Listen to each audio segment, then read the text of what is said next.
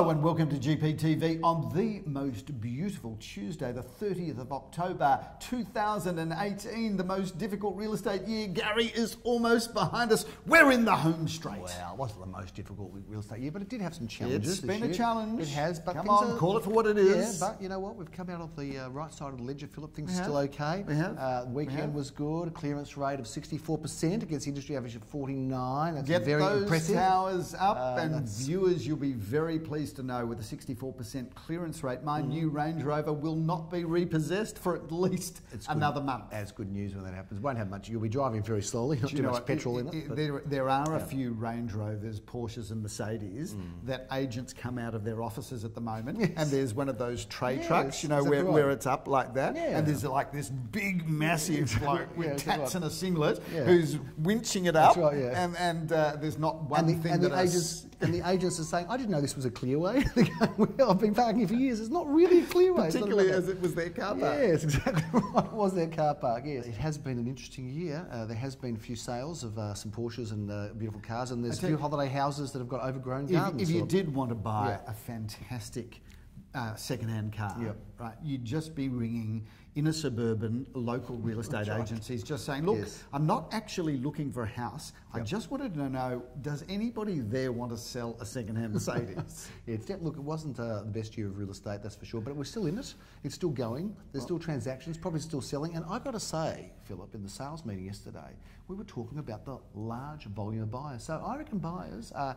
They're getting in there, Phil. They're getting in there, and they're getting their value, Phil. Gary, disregarding the fact that we continue to smash the industry clearance, like a 64% that's clearance about 25 to 30% better than the industry. But putting that boast aside, we'll take that. There is nothing wrong with 64%, and we've been doing that 64 to 72%, pretty much for the last 6 months. Yeah, we have. And some weekends 80 and 75. Which says viewers, the market's okay. It is actually okay, and the smart money, I reckon, started moving back. And I've got to say, if you are a buyer, now is the time. I still believe that. No question. What are you waiting for? Because buyers have said to us the last 3 or 4 years, have said to us, can't property prices just stop going up so we can get in? Can't it just stop and slow down? Well, it has. So what are you waiting for? What are you waiting for? It's interesting. Warren Buffett has a lot to say about the human psychology of markets. And he says, look... Who's Warren Buffett? He says the number one thing to do as an investor is choose a good company to invest in, right? So take that as a given. But then the second thing he says is wait for the shares to go on sale. And what he means by that is that most buyers of shares, and property to a degree, they tend to psychologically only buy as the market rises. That's right, And he says, how bizarre is this from a human psychology point of view? You've identified a company you want to own. You're happy to buy it when it goes up.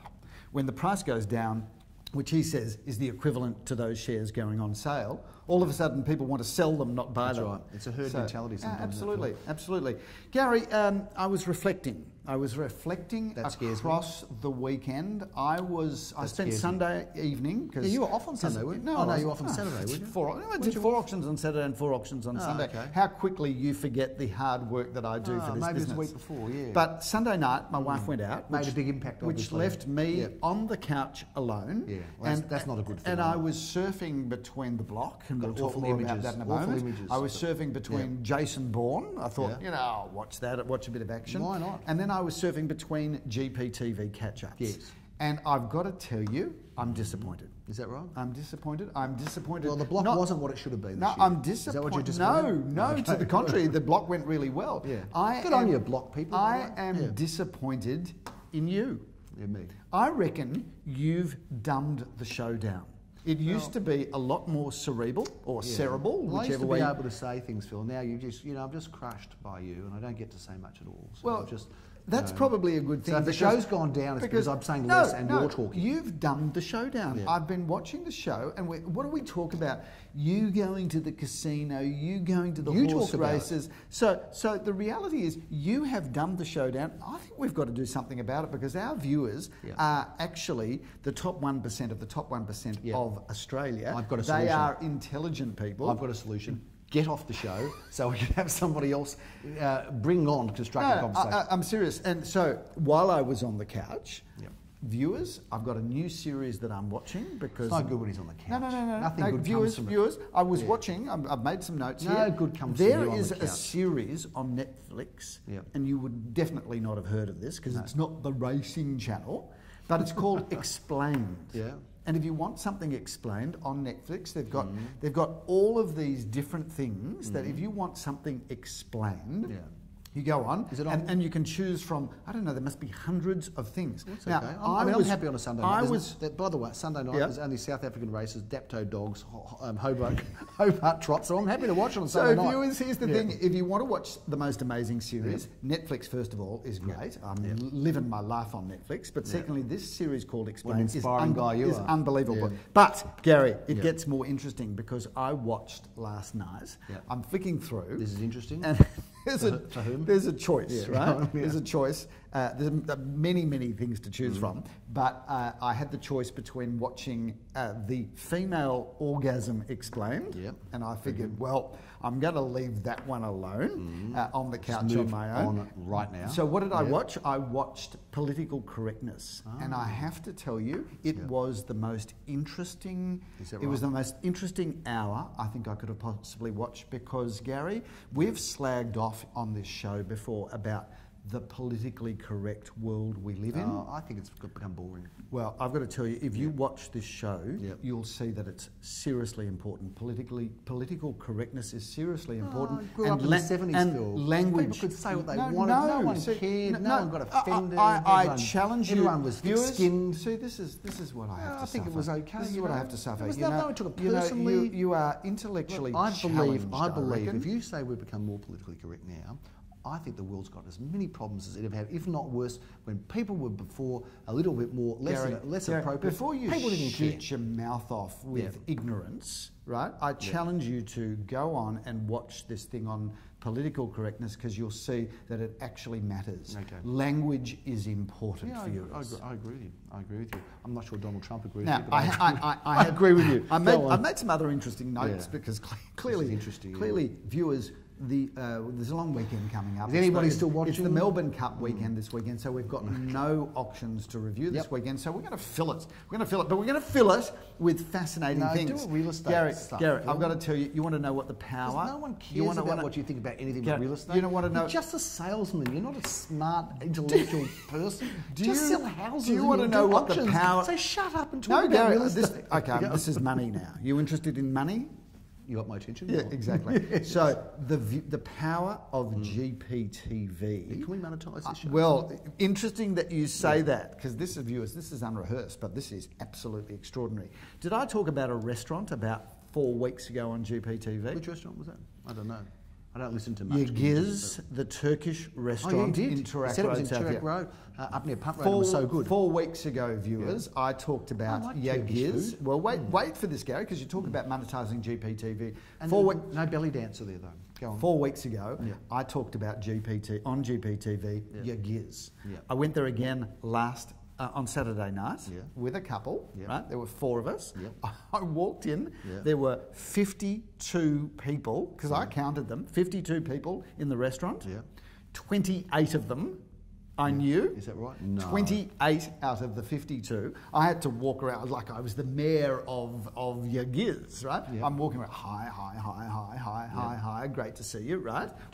Working the room I was. Do people that know you actually admit to know you always, or do they actually hide under the chair? 28. Say, hi, under there. 28 out of the 52 people at Yagiz on Saturday night were people I knew, and I would suspect all of them are GPTV watchers, and I would suspect that all of them watched the show and said, you know what, I'm going to Yagiz. So did you get a discount on the meal? No, but here's the thing. So here's the thing that if we talk about product on this show, Gary, we haven't done a lot of product placement. Sure. If we start talking about product, this show will get the endorsements will flood in.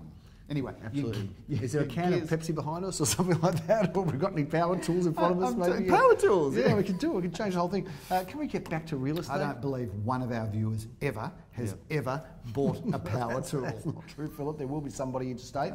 Perhaps that's done so. You had another note. I did, Gary, but I just rang my wife before the show started. What did you say? I wanted to talk about this person, and she said, "No, Philip, you can't talk about that person until you finish What's we the were person's watching. name? No. Give it. Next What's week, the viewers. name? Next week. Phil, I've got a bit of a theme now that you've finished the babbling. I want to talk about I thought that was possibly the most interesting lead-in to the show we've ever had. Viewers, I'd appreciate your feedback. Okay, let's leave it there. I think that was riveting discussion there. Buying before auction, genius or fool?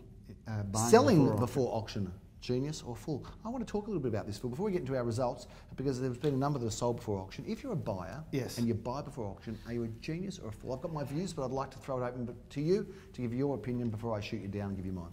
Well, Gary, unless I agree with it. The thing about buying before auction is, on one side, it creates certainty. Yes, you've taken the property off the Exactly market, right. you've bought it, Yep. and then but the cynic would say, well, you'll never really know what the market value of the property was because you didn't see it in a transparent way. And maybe the unfold in vendor the only marketplace. sold it to you because you paid a premium. That could be a view as well. Yep. But I've got to tell you, across my personal journey, if I've found a property I like, and you could buy it before auction. and I could buy it before auction, I'll take that every time. Absolutely. Because then I've got it. And then I've got the certainty of owning that asset, and I'll take that level of uncertainty. Yep. I'll take the certainty with the small level of uncertainty any time. And Is that where you wanted to go with on this? Well, I just wanted your opinion. I mean, I think Unrehearsed if you're a vendor, viewers? I think you're a vendor selling before auction, you're very much guided by the agent. Correct. I think if an agent's thorough in their job, and if they do the right amount of research and they understand the market, and I think it's very important you have an agent that does do that. I know some of those agents that are very good at it's that. becoming an advertisement now, but I think it's very important that you know that. Because I think a vendor selling before auction certainly has. I mean, if you've got the right price, Philip, and you understand the market, and your agent can interpret it well, I think it's a good idea for vendors to sell. I think before if your agent, you have total confidence in them being good negotiators and being thorough in their approach to the information that they give you, and they're able to sit there with the file and actually take you through with real information, then selling before auction is a great idea. And I think if the wrong agent advises yourself for auction, there can be a number of agendas that can make it a real disaster. We talked about that on GPTV last week, Gary, where we saw an agent completely stuff up a negotiation. Stuff up. He was cheap though, Gary. He was cheap. So I'm going to say this, Phil. There's risks on both sides. He was cheap. There's risks on both sides. If you buy before auction, maybe you could go to the auction and get it for less, but you may well have to pay a premium if there's competition. And I mean, we have auctions where someone, I'll go through it in a minute, someone turned up on the day. Yes. You could face that person and goodbye to your chances of getting it for the price you might have got it for before auction. And as a vendor, there's risks on either side too. You might be able to get another buyer unknown, and that's a big risk, of course. But then, of course, there's the certainty, isn't there, of getting there is, Gary. So risks on both sides. So you'll take... Look, the joy of our business, Gary, and this is one of the reasons I don't believe real estate agents will ever disappear, good ones anyway, we're not going is anywhere. That unless... Can't get rid of us, got nothing else to do. Humans evolve to having no emotion, then there's going to be a place for real estate agents to stand in the middle of a buyer and a seller. Because a buyer wants to buy as cheaply as possible, a seller wants to sell for as much as possible, and somebody's got to manage the emotional roller coaster that both those parties are on. So if somebody's sitting in a dark room, you know, maybe holding a weapon saying, I want all real estate agents gone, I've got to say to you, we're not going anywhere, Phil. We're here to stay. Gary, we're a bit like cockroaches in many ways, Gary, because over millennium, real estate agents have pretty much stayed the same, like cockroaches. I mean, the cockroach of today is the cockroach of a million years ago. The real estate agent of today, other than the fact that they've now got mobile technology, is pretty much what they were back in Julius Caesar's time. That's right, yes. They were trading for horses, trading land for horses, etc. Phil, let's go through some of the results from the weekend. It's taken us a long time to get there. We've got nothing to review, except the property we're in. Which is well, I can't wait to talk about that, Gary. Do you want to go with this first? Maybe? No, let's save it. You've got to stay in order. Thank you. That suits my Germanic background, Philip, to keep things very much in an orderly fashion. So let's talk about Murrumbina Road, Philip, because that was an interesting story. It was a very popular property in a block where we've had some great success. We sold it for $620,000, Philip, which was above the range with some strong competition. And I did the auction on a beautiful courtyard terrace, Philip, which is wonderful. Do you know, Murrumbina Road viewers, how good is Murrumbina Road since the Skyrail? You know, that whole... Well, you can see the train now over it. So but whole shopping strips coming alive. And you know, it's a brand new station there, as you probably know, which is fantastic. And great cafes there. I had my son at the auction, Daniel's son, and I was talking about the restaurant around the corner, Daniel's son, because there's one of the great cafes in the area. Did you and Daniel's son go to Daniel's son? No, Daniel's son and I didn't go to Daniel's son because he was busy doing his thing in the world of property management, and I was off to the next auction, Philip. Right. Which was... in Hotham Street, but let's move on to... Sure, at some point we should have Daniel on GPTV just to introduce the next generation. I think he's going to come on because he's very excited about a rental property that is in Murrumbina. Yes. And I think he wants to talk about it, so he might be on the Carnegie Report. So there you go. Make his debut. Good. 363A Bambra Road, Philip. Now that was interesting. Passed it at auction, but sold after a long negotiation. So congratulations to the buyer and seller. They're delightful people. Philip, I went to Elwood to 6 at 24 Tennyson Street, Elwood. Now that one.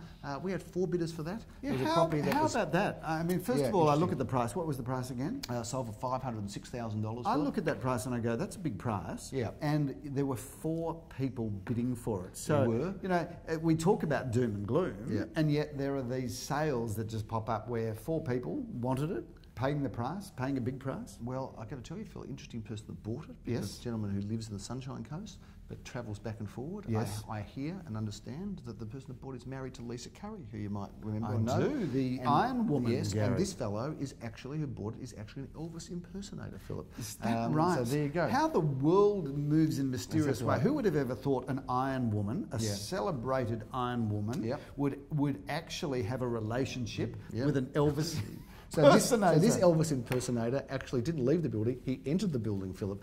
So Elvis has entered the building, did the opposite. I think it's time on GPTV we had an Elvis impersonator. Well, my wife is related to the most endorsed female Elvis impersonator in the world. See, your wife's family, let's face it, there are that many crazy people in that family. No, she's brilliant. She's so good. I mean, there are a lot of crazy people, but she's not crazy. She's she's normal. She's met Priscilla, she's been to Graceland. I've met a lot of your wife's family. And you would know, well, not to talk ill of Philip, because I can't protect you from them if you do. 201 at 16 Tranmere Avenue, Carnegie, Philip. Yes. Well done to Jack Slater and Leo Samuel. That sold for $602,500. Well done to them. And Wilk Street, Philip, was sold on Saturday afternoon. Jeremy Rosen sold that one. Shout out to those people living in the Wilk Street development, which is the redeveloped old Alma Club. And there is a classic case of taking an underutilised asset, what we call an infill site, and turning it into a whole community. That, I reckon, is in a suburban development at one of its best. I agree with you. Really best fantastic. levels, indeed. Murray Street, Philip in Caulfield, a very nice one-bedroom apartment, sold for $365,000, the upper end of its range. So well done there to Jeremy Roses and Daniel Mittmucker and the team. I know this is going to get me into some trouble, but if you think about all of these placards saying "Save our suburbs, save our suburbs," you know, development done really well, like that Wilk Street development, just brings in more people. The shopping strips become more vibrant. Well, the trouble was the development was dead. It wasn't being used properly, was it really? No, that's what I'm saying. It was complete underutilisation. And it's a shame. I liked it. I played tennis there on that court. You know, on that onto-car court. On that onto-car court, Philip, many times. Scraped my knees when I went down to get the low ball. Yes. Phil, let's go on Sunday because we had Grosvenor Street, Eastern Kilda. Come on, move it on, Gary. It's getting tedious I will now. if you don't interrupt me. That sold for $532. Well done again to Jeremy and Daniel. They had a busy weekend. Narong Road, Philip. Now, we're talking about a single-level villa here, one of 4. Yes. Reserve was at the top of the range, given to us on the day, which was $790. Philip, 4 bidders. Yes. $851. See, great result. The buyers are around, Phil, and they respond to value. Property is still selling well if it's handled correctly with good systems and procedures, of course, which Gary Peer and Associates are well known for, but some great results. I want to talk about 2 properties that haven't sold that I think are screamingly good buys, Philip. I've got to say 13 Saturn Street. Yes. When we're thinking that there was very much high ones, or $2 million, now can be bought and may not even be here by the time this hits screen. Gone by the time this goes to could well be. $1,795,000 for that. What a great buying opportunity. 4-bedroom, 2-bathroom, and a beautiful home with swimming pool, back garden. Beautiful house. Lovely. That's a great buy if you're out there looking. What was the other one, Gary? 28 Stone Street. What a spectacular house that is. We did GPTV there. That has got a price tag now just a smidge over $3 million. A smidge over $3 million. That's one. And last sale to talk about, and congratulations to the vendor of number 8 Boondara Grove, and talking about people who rock up. Boondara, is it? It's Boondara. Yeah. Boondara. Yeah. Boondara. It's Boondara. No. Okay. Ready? Back? Okay.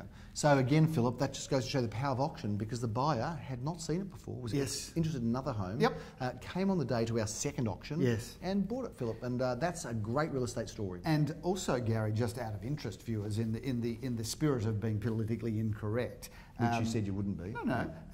We sold it to a very, very, very attractive Norwegian woman. And you don't sell many properties in East St Kilda to attractive Norwegian women. There's just not enough of them in the market as buyers, I find, Philip. Speaking of dumbing down the show, Gary, I just want to give you some constructive criticism yet again. But I did come to your auction in Saturn Street. Right? Now, you're a very, very, very good auctioneer. In fact, I would rate you in the top 1% of the top 1% of auctioneers in the country. But even your language now, the way you talk, you're dropping, let me give you an example. Ladies and gentlemen, you're not even pronouncing the gentleman. Comin, you're dropping the G's off a lot of the things that you say. Yeah. So I'm not sure what we're going to do with you, but the reality is... Just look at the auction list on Saturday, you did 4 auctions and I did 5 auctions. Yes. Why would I be doing more auctions than you these days? I'm just wondering. And the week before, actually, you had a day without any auctions at all. Is there any reason why you're being more and more less selected as an auctioneer? So what you're saying is that your Jimmy Barnes approach to everything I'm not saying anything. I just think you should have a long, hard look. And I think you should be questioning yourself at the moment, Philip, because Gary, you're getting a bit out of favour, I think. All I can say to you, Gary, is I try to give you some constructive criticism, and you're refusing to learn. I take it. I'm just a bit concerned about your popularity in the polls. I remember when somebody said, in the Beatles, they said to John Lennon, do you think the Ringo Starr is now the best drummer in the world? Yes. And he said, I'm not even sure he's the best drummer in the Beatles. So I've just got to say, same sort of thing applies here. That is a great line, Gary. And on that note, we're going to wrap up. No, we're not, Phil. We haven't spoken about here. No. Yes. Gary, let's... Talk about dulling down the show. I think I would have probably kept your comments. Viewers, we are at number 23 Travasker Street in Caulfield South, where the team... That's not the house. You don't need to show it up on screen, Gary. We're able to do that we have the technology. But a shout out to the architect, which is Michael Wold Architecture. He do a great job. And Olive Construction. So these two have formed a partnership, and they are now building instead of their branch, Caulfield, Michael Wold stood on the North branch, and Caulfield South and surrounding areas. They are doing something with the best development I've ever seen. I think this is the pinnacle of their success so far, because this is one of the best, if not the best, I've ever seen. This is setting a new benchmark, a new standard, and this is whilst you'd say it's a townhouse, it's really not, because it's a home. It's in fact it's bigger than most homes. It is, with its 4 bedrooms and 4 bathrooms and massive entertaining areas, and it comes, viewers, complete with a lift. So it means this has been designed for empty nesters as well that might have some teenagers still at home, or some early 20-somethings that just refuse to leave. But this is a property that you could buy and stay in forever, which is not great for real estate agents. No. But they have really brought a level of standard, of luxury, of finishes to the development game that I think will be a long time before it's surpassed. Well, this partnership between Olive Constructions and Michael, they're really changing the market in Caulfield and around this area, Philip, with their standard. This is one of the most spectacular properties. We are very proud to represent them, Gary. For sure we are. So well done again to the gentlemen there. I won't say the boys, to the gentlemen there, who are just doing such an awesome job. So thank you. Yeah, we are excited. Phil, that's a big wrap on GPTV. It is. Get yourself to this auction, Philip. The details have been on the screen, of course, as we now do. But get yourself to see this property before it goes to auction. This weekend, Phil, no auctions? Yep. A bit of a weekend off, Philip. Yes, Gary, no doubt. What are you going to do? Let's not talk about racing and casinos. No, you know what? Saturday's Derby Day. I'm not even looking at the race. Good. I'm going to have some time off. I'm going to come back refreshed for the last 6 weeks of the auction year. It is just flying past. Viewers, I hope that you have a very lovely Melbourne Cup weekend. We will bring you the Melbourne Cup edition of GPTV. You're going to be doing it without me next week, Philip. I'll be dressed as a jockey next week. Exactly right. I look forward to bringing you all the real estate news and happenings. I'm Gary Pearce. I'm Philip Kingston. Have a brilliant long weekend.